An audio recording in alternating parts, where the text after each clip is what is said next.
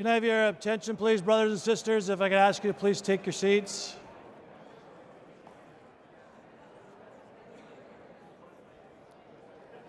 Thank you. Thank you. I know we're running a little bit behind schedule, but I think it was worth it.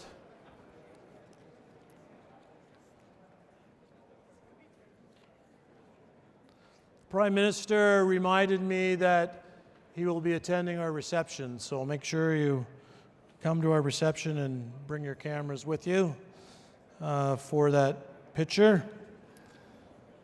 I'd like to thank the NCLRA for sponsoring today's conference kickoff with Prime Minister Trudeau. Please, a round of applause for the NCLRA. It's my pleasure now to introduce the chairman of the Canadian Executive Board, no stranger to everyone in this room, Robert Kucheran. Robert became a member of the International Union of Painters and Allied Trades in 1985. Throughout his career, he has worked his way up through IUPAT. In 2000, he accepted a position with the International. Since 2005, he sat on the Canadian Executive Board. I thought it was 2015. It's 2005. Wow. And in 2012, he was elected chairman. Recently became the senior advisor to the general president of the International Union of Painters and Allied Trades. He has brought a fresh vision to the role and has approached it with energy, compassion, and dedication. It's a lot of work as chairman of our Canadian Executive Board with our small staff and budget, and Robert contributes more than his share to these efforts, and for that, we are truly grateful. He is dedicated to making the Canadian building trades work, and his vision for what we can accomplish together is both ambitious and achievable. Please join me in welcoming Chairman Robert Kucheran.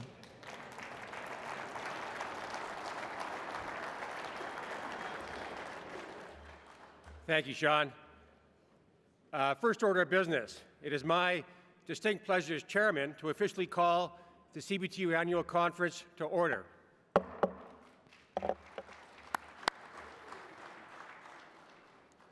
So how do you follow that act? Holy jeez. So listen, I'd like to welcome at the desk all the delegates and special guests. Obviously, my name is Robert Kucheran, but I'm privileged and honored to be chairman of the Executive Board of Canada's Building Trades Unions. And I do take this responsibility seriously, and I'm humbled to be standing in front of you all. I did this last year. I want to do it again this year. Hands up, who's here for the first time? Quite a few. Nice. So for all those attending for the first time, you were asked to come to Gatineau, Canada's Building Trades Conference, by your business manager, your local union, or your council, because they thought someone that, you'd be someone who could represent their own organization. Maybe you saw some potential in you, and maybe even perhaps thought that you could be a leader one day.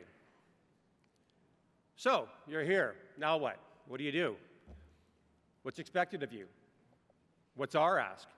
And how do you spend the next couple of days? Well, I don't think you got this far in your own organization by being shy.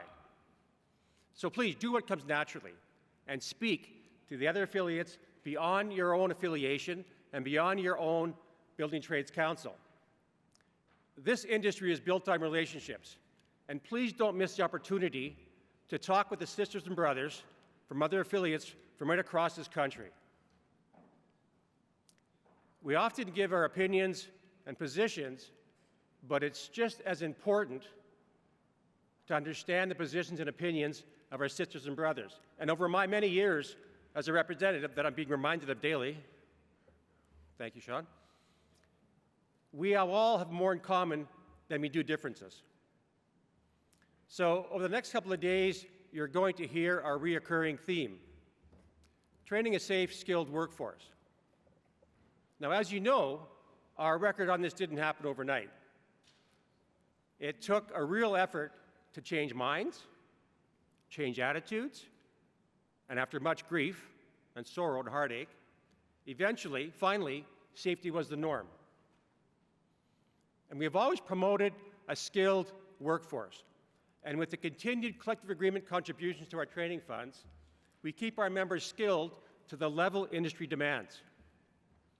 And besides our own collective agreement contributions, we've enjoyed a very substantial federal investment through UTIP, which has been just a windfall for those of us who have successfully applied. So over the next couple of days, we will promote, celebrate, and even brag just how we are in fact training a safe, skilled workforce. So I have another monumental task at hand, and this one is still left undone. And I said this during my very first remarks back when I became chairman. And today I'm opening with this ask. And I'm appealing to all of you in this room, especially to the first-time attendees. Let me be clear. The task at hand is mobilization. Engage your members. Ask your members to reach out to governments and show our collective strength. Collectively, we are Canada's building trades, comprised of 500,000 or 600,000 skilled women and men from coast to coast to coast from 14 affiliates. If you count our families, that number is doubled or tripled. The strength, influence, and power we have is enormous. As construction workers, we have a community of interest. We are unique. And I'm speaking to the leaders and future leaders of the individual trades who possess the influence and ability to bring our collective membership to the task at hand. If anyone is going to get it done, it's us, sisters and brothers.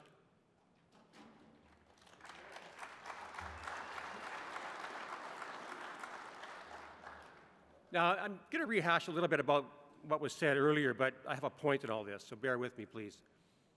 A few weeks ago, we, along with the Ontario Building Trades and the Essex and Kent Building Trades Council, initiated a campaign, which was mostly concentrated in southwestern Ontario, to let governments know we didn't want to be left out of the LG Stellantis project in Windsor.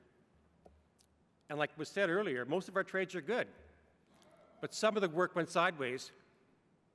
Not a lot of work, but some. But where do you draw the line? And before the building trades were involved, the number of jobs going sideways was a lot more. And through the hard work of Sean and Mark Arsenault and Jason Rowe, they came together to develop a plan. We developed a plan. And now it's only a small portion of the work. But trust me, with the government, we didn't want this fight. We had more access, as you can see, to this federal government than any other that I can remember. But it wasn't just one branch of government. It was ministries. It was the Ontario government. Geez, it was hard just to keep track of who we're dealing with. And that's why it took us a little longer to mobilize, because we were hoping this could be done differently. And although I mentioned the battery plant in Windsor, it's not just that. Our fight will be a commercial project or a hospital or some anti-worker legislation in any number of provinces. We are constantly being challenged by governments at all levels and in many areas of Canada who think we don't have the power or the will to engage our members. In my prior remarks, in prior years, I would say something like this. Take the material we generate back to your local members and let them know our position. Well, that's more important than ever.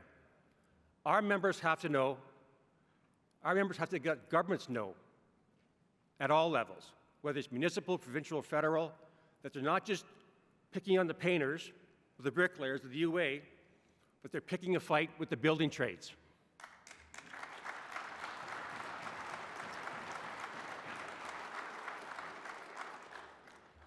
Now, Canada's Building Trades developed a portal on our website that can be easily pasted on your own social media pages. And it only takes a few minutes to fill out your name, affiliate, email address, and postal code. And this portal is an easy way to send a letter advocating that skilled women and men of Canada's building trades don't want to be left out of any project, particularly when large sums of money were used to get these projects to Canada and then eventually to our backyards. These generated letters go directly to the government office, who you elect or choose not to elect. And hey, listen, we're not naive enough to think that all construction workers are going to race to this portal. But when I describe what's going on at LG and Stellantis, and I talk to workers across Canada what's going on, they get it. They know that this isn't right. And I get looks like, what are you doing about it? And I look back at them and I say, listen, hey, we need you, the member, to let your member of parliament or your member of provincial parliament know that you're not happy.